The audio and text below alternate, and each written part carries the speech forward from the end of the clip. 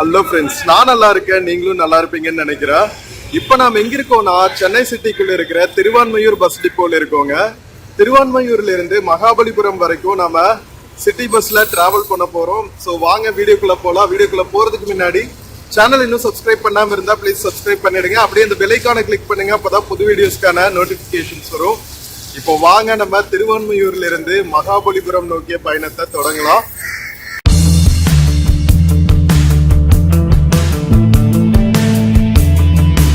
So friends, நம்ம Thiruvanmiyur bus டிப்போல இருக்கோங்க. Number 588 bus திருவான்மையூர்ல இருந்து மகாபலிபுரம் போகும் சொன்னாங்க. இன்னும் பஸ் வரல, வெயிட் பண்ணலாங்க.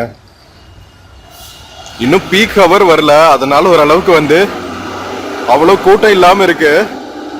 இன்னும் கொஞ்ச நேரத்தில் 8:30 9 o'clock எல்லாம் செம்ம ரஷ் ஆயிடும் சிட்டிக்குள்ள. அங்க 588 இருக்குங்க மகாபலிபுரம் பஸ். வாங்க போட் பண்ணலாம். லோ ஃப்ளோர் பஸ்ஸுங்க. ஈஞ்சம்பாக்கம் கோவளம் வழியா மகாபலிபுரம் போகும். ஸோ ஃப்ரெண்ட்ஸ், இதுதான் நம்ம மகாபலிபுரம் போற எம்டிசி பஸ்ஸுங்க. தாழ்தள பேருந்து புதுசா இன்ட்ரடியூஸ் பண்ணியிருக்காங்க சென்னை சிட்டிக்குள்ள. நல்லா இருக்குல்ல? இது டிஃபரெண்ட்லி ஏபிள் ஃப்ரெண்ட்லி பஸ்ஸுங்க. சூப்பரா இருக்கும். வாங்க போய் போட் பண்ணுவோம். ஃப்ரெண்ட்ஸ், நம்ம மகாபலிபுரம் போற பஸ் போட் பண்ணியாச்சுங்க. செம்ம சூப்பரா இருக்கு பாருங்க. பெங்களூர்ல இருக்கிற மாதிரியே பிஎம்டிசி பஸ் மாதிரியே தாழ்தள பேருந்து இன்ட்ரடியூஸ் பண்ணியிருக்காங்க. உள்ள டிஜிட்டல் இதெல்லாம் இருக்கு. டிரைவர் கேபின் பாருங்களா, டிஜிட்டைஸ்டா வச்சு சூப்பரா பண்ணிருக்காங்க. வேற லெவல்ல இருக்குல்ல? இங்க பாருங்க, நைஸ். இந்த மாதிரி நிறைய பஸ்ஸஸ் இன்ட்ரடியூஸ் பண்ணா நல்லா இருக்கும் சிட்டிக்குள்ள.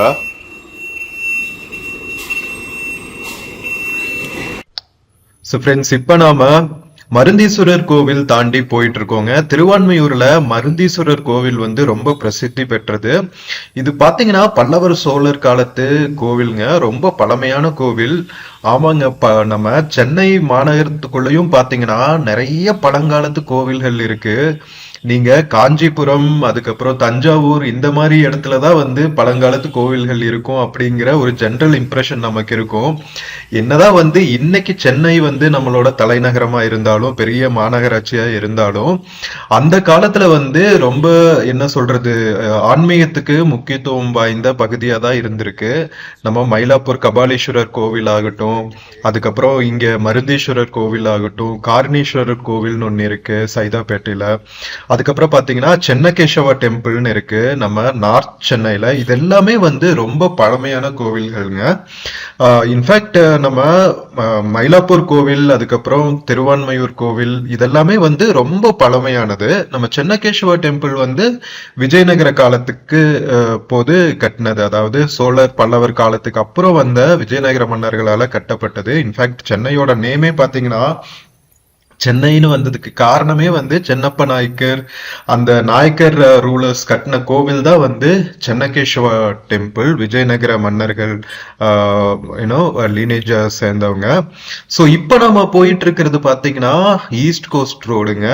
கிழக்கு கடற்கரை சாலைன்னு சொல்லுவாங்க. நீலாங்கரை, ஈஞ்சம்பாக்கம், பாலவாக்கம், கோவளம், நெமிலி இதெல்லாம் கிராஸ் பண்ணி தான் நாம மகாபலிபுரம் ரீச் ஆகும். நம்ம பல்லவர் மன்னர்களோட முக்கியமான இடம். ஸோ வாங்க நம்ம பயணத்தை தொடரலாம். ஸ்கிப் பண்ணாம பாருங்க. ஃப்ரெண்ட்ஸ், இப்போ நாம ஈஸ்ட் கோஸ்ட் ரோட்ல இருக்கிற நீலாங்கரைங்கிற ஒரு பிளேஸ தாண்டிட்டு இருக்கோம். ஸோ கிழக்கடற்கரை சாலை ஒட்டியே பாத்தீங்கன்னா நிறைய பீச் ரெசார்ட்ஸ் இருக்கும். அதுக்கப்புறம் நிறைய பங்களாஸ் இதெல்லாமே கடற்கரை ஓரத்துல நிறைய கட்டி இருப்பாங்க.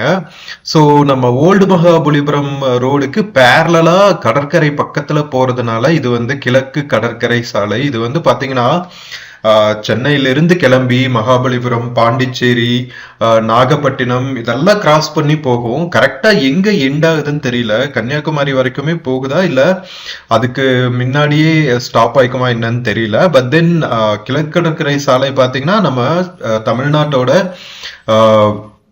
கடற்கரையை ஒட்டினா, அதாவது வங்காள விரிகுடா கடற்கரையை ஒட்டினாப்படியே போற ஒரு பெரிய ஸ்ட்ரெச் ஆஃப் ஹைவேங்க, நம்ம கிராண்ட் சவுத் ட்ரங்க் ரோடு மாதிரி.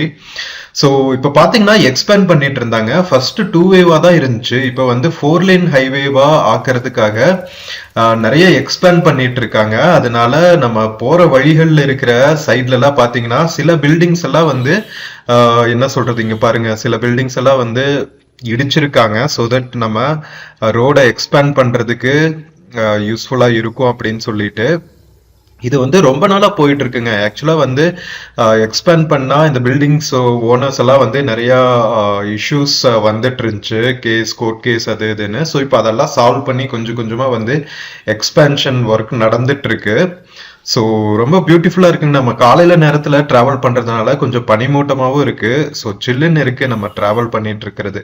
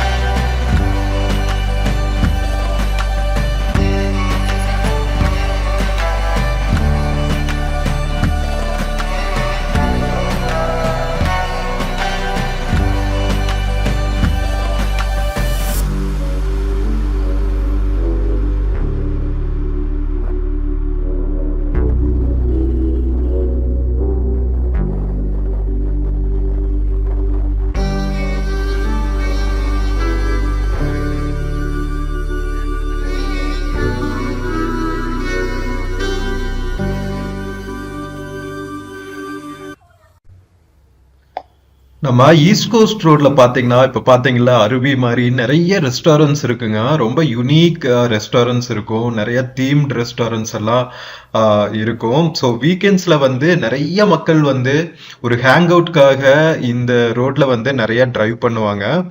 ஸோ இப்ப பாத்தீங்கன்னா நம்ம நீலாங்கரையெல்லாம் தாண்டி உத்தண்டிங்கிற பிளேஸ தாண்டிட்டு இருக்கோங்க. ஸோ இன்னும் வந்து அவுட்ரு போக போக வந்து கொஞ்சம் கிரீன் கவர் எல்லாம் நல்லா இருக்கும். நிறைய வந்து அபார்ட்மெண்ட்ஸ், ரெஸ்டாரண்ட்ஸ், பீச்சுக்கு போற வேஸ் அங்கங்க வந்து திரும்பும். ஸோ பார்க்கறதுக்கே வந்து ரொம்ப பியூட்டிஃபுல்லா இருக்கும். ஸோ இது வந்து ஈஸ்ட் கோஸ்ட் ரோட்ல இருக்கிற ஒரு டால் பிளாசாங்க. உத்தண்டி தாண்டினதுக்கு அப்புறம் வரும். ஸோ இங்கிருந்து பாத்தீங்கன்னா போக போக தான் வந்து உங்களுக்கு விஜிபி, எம்ஜிஎம், இந்த மாதிரி ஸ்போர்ட்ஸ் இதெல்லாம் இருக்குல்ல, என்ன சொல்லுவாங்க, வாட்டர் ஸ்போர்ட்ஸ். ஸோ அந்த பிளேசஸ் எல்லாம் தாண்டி நம்ம முட்டுக்காடு போட் ஹவுஸ் கேள்விப்பட்டிருப்பீங்க. ரொம்ப ரொம்ப ஃபேமஸான ஒரு ஹேங் அவுட் ஸ்பாட்டு. அதாவது பேக் வாட்டர்ஸ் மாதிரி உள்ள வரும் பே ஆஃப் பெங்கால்ல இருந்து. ஸோ அங்க வந்து போட்டிங் வச்சிருக்காங்க. நம்ம தமிழ்நாடு டிடிடிசியோட போட் ஹவுஸ் இருக்கு. ஸோ அந்த பிளேஸும் ரொம்ப ஃபேமஸ். இப்ப தமிழ்நாடு கவர்மெண்ட் வந்து ஒரு ஃபெரி மாதிரி இன்ட்ரடியூஸ் பண்ண போறாங்க. நம்ம கேரளாலாம் பாத்தீங்கன்னா, கேரளா கோவால எல்லாம் பாத்தீங்கன்னா வந்து போட்லயே வந்து ஒரு ஃபெரி மாதிரி கூட்டிட்டு போயிட்டு பேக் வாட்டர்ஸ்ல கூட்டிட்டு போயிட்டு இந்த மியூசிக் அதெல்லாம் இருக்கும் இல்லையா. ஸோ அந்த மாதிரியான ஒரு ஃபெரி சிஸ்டம் வந்து முட்டுக்காடுல கொண்டு வரதா ரீசெண்டா நியூஸ்ல பார்த்தேன். நீங்க இந்த வீடியோ பாக்குறப்போ ஆல்ரெடி வந்து அது இனிஷியேட் பண்ணிருப்பாங்க. ஸோ இப்போ வந்து நாம காணத்தூர் அப்படிங்கிற பிளேஸை தாண்டிட்டு இருக்கோங்க. ஸோ நீங்க சென்னை வந்தீங்கன்னா கண்டிப்பா வந்து உங்களுக்கு டைம் இருந்துச்சுன்னா முக்கியமா வீக்கெண்ட்ல ஈஸ்ட் கோஸ்ட் ரோட்ல டிரைவ் பண்ணுங்க. ரொம்ப ரொம்ப பியூட்டிஃபுல்லான எக்ஸ்பீரியன்ஸா இருக்கும். வழியில் இருக்கிற முட்டுக்காடு அந்த மாதிரி பிளேசஸ் எல்லாம் பார்த்துட்டு போனீங்கன்னா வேற லெவல் ஃபன்னா இருக்குங்க.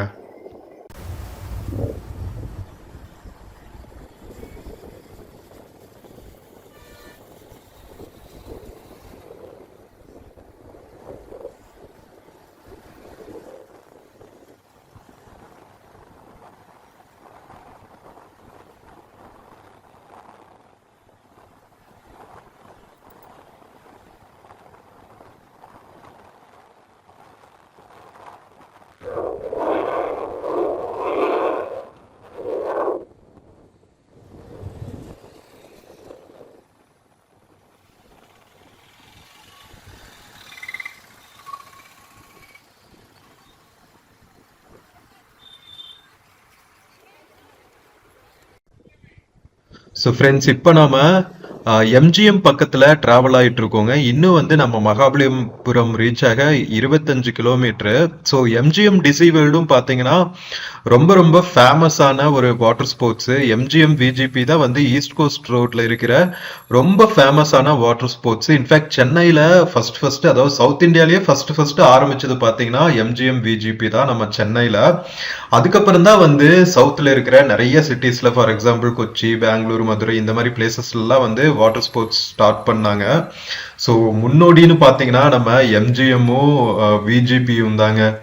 ஸோ இப்போ பார்த்தீங்கன்னா நாம முட்டுக்காடு தாண்டிட்டு இருக்கோம். நான் சொன்னேன் இல்லையா போட் ஹவுஸ் இருக்கிற இடம் அப்படின்னு சொல்லிட்டு. ஸோ அந்த பிளேஸ் தான் வந்து நாம் இப்போ கிராஸ் பண்ணிட்டு இருக்கோம்.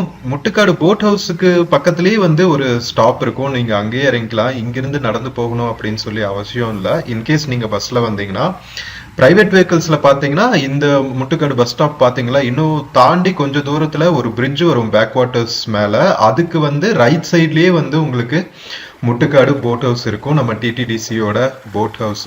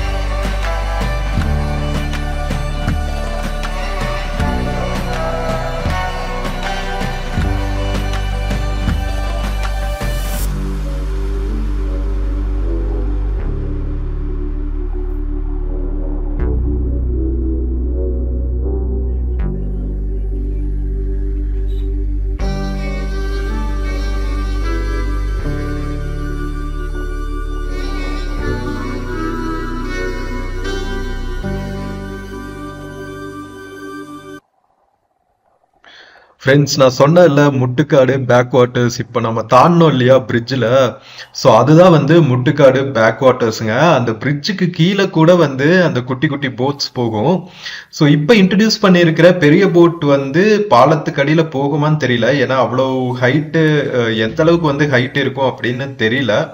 ஸோ நம்ம இன்ட்ரடியூஸ் பண்ணதுக்கு அப்புறம் தான் தெரியும் பாலத்துக்கு அடியில் போயிட்டு திரும்பிட்டு வருமா அப்படின்னு சொல்லிட்டு. பட் தென் ஈவன் அதர்வைஸ் பாலத்துக்கு அதர் சைடு இருக்கிற ஏரியாவுமே வந்து ரொம்ப பியூட்டிஃபுல்லாக இருக்குங்க. ஸோ கண்டிப்பாக உங்களுக்கு டைம் கிடைச்சா முட்டுக்காடு போட் ஹவுஸ் வந்துட்டு போங்க. ரொம்ப பியூட்டிஃபுல்லான எக்ஸ்பீரியன்ஸாக இருக்கும். இன்ஃபேக்ட் ஈவினிங் டைம் வந்தீங்கன்னா சன்செட் டைம்ல எல்லாம் வந்து அமேசிங்காக இருக்கும். ஸோ இப்போ நம்ம முட்டுக்காடு தாண்டி கோவளம் கிராஸ் பண்ணிட்டு இருக்கோங்க.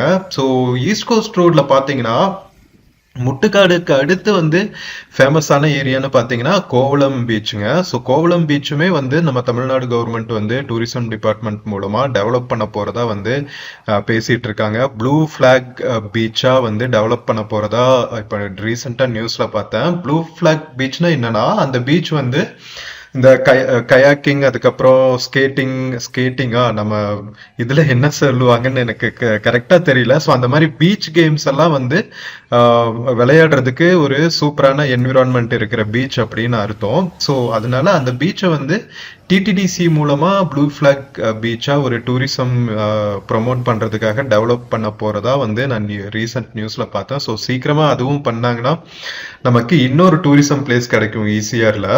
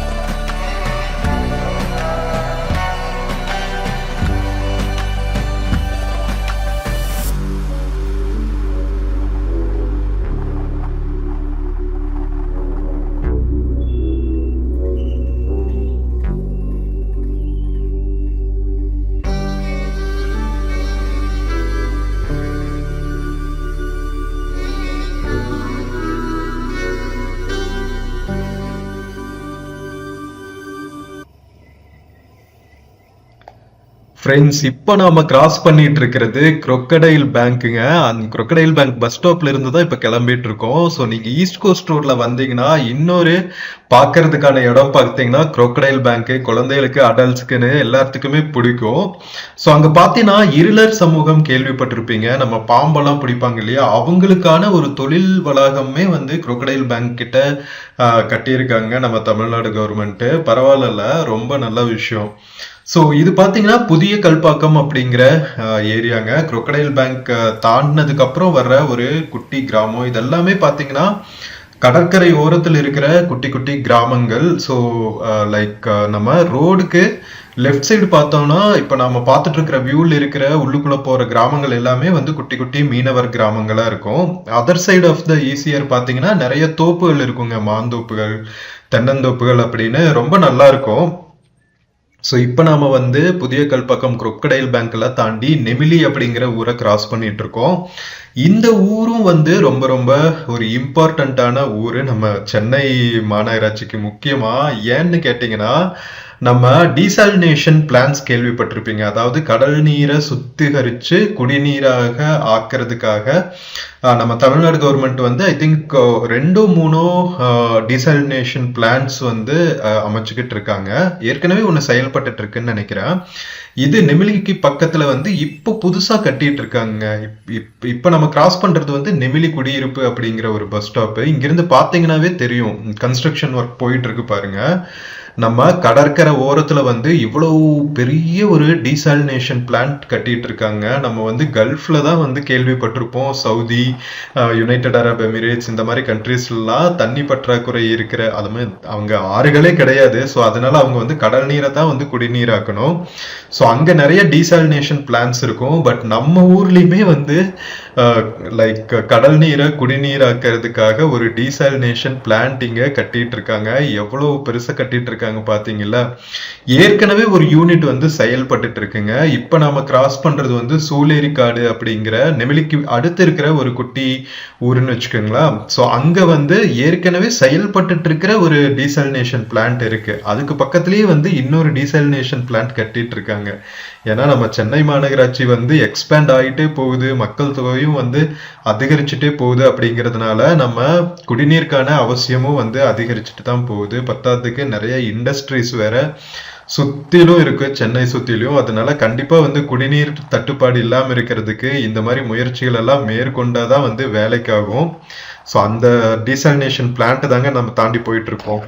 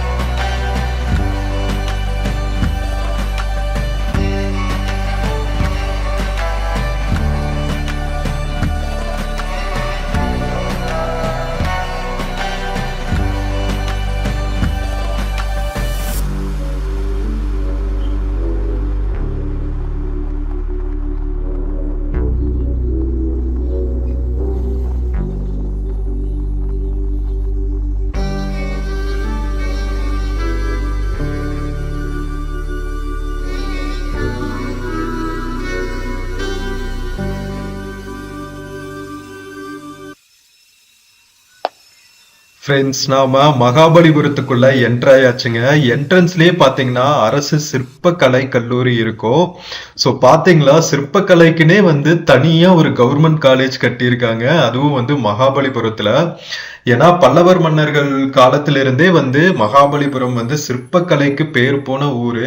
சுற்றுலாத்துறை டெவலப் ஆனதுக்கு காரணமே வந்து மகாபலிபுரத்தில் இருக்கிற அந்த குடவரை கோவில்கள், குகை கோவில்கள், அதுக்கப்புறம் ஷோர் டெம்பிள் அப்படின்னு சொல்லுவாங்க, கடற்கரையில் இருக்கிற கோவில்கள். ஸோ பல்லவர் மன்னர்களோட சிற்பக்கலைக்கு ஒரு எடுத்துக்காட்டா இருக்கிற ஒரு இடம் அப்படின்னு பாத்தீங்கன்னா மகாபலிபுரம்னு சொல்லலாம். என்னதான் வந்து காஞ்சிபுரத்தில் இருக்கிற நிறைய கோவில்கள் வந்து பல்லவர் காலத்து கோவில்கள் வந்து பிரம்மாண்டமா இருந்தாலும் மகாபலிபுரம் வந்து நிறைய எக்ஸ்பெரிமெண்டேஷன் செஞ்சிருக்காங்க அப்படின்னு சொல்லலாம்.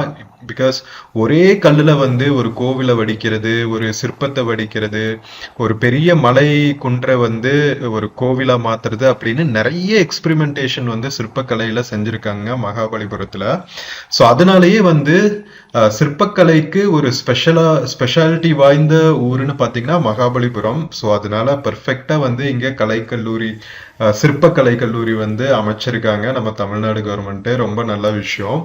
ஸோ மகாபலிபுரம் டவுனுக்குள்ள வந்தாச்சுங்க. ஸோ இது வந்து நம்ம பஸ் ஸ்டாண்ட் பக்கத்துல இருக்கிற ஏரியா. உங்களுக்கு நிறைய ஹோட்டல்ஸ், ரெஃப்ரெஷ்மெண்ட் சென்டர்ஸ், தங்கறதுக்கான விடுதிகள்னு நிறைய இருக்கும். ஸோ இப்போ நாம பஸ் ஸ்டாண்ட் வந்தாச்சு, வாங்க இறங்குறதுக்கு ரெடி ஆகலாம். பஸ் ஸ்டாண்ட்லயே பாத்தீங்கன்னா அழகா வந்து ஒரு தூண்கள் எல்லாம் வச்சு ஒரு குட்டி கோவில் மாதிரி ஒரு அமைப்பு இருக்கு. ஸோ வாங்க இறங்குறதுக்கு ரெடி ஆகலாம்.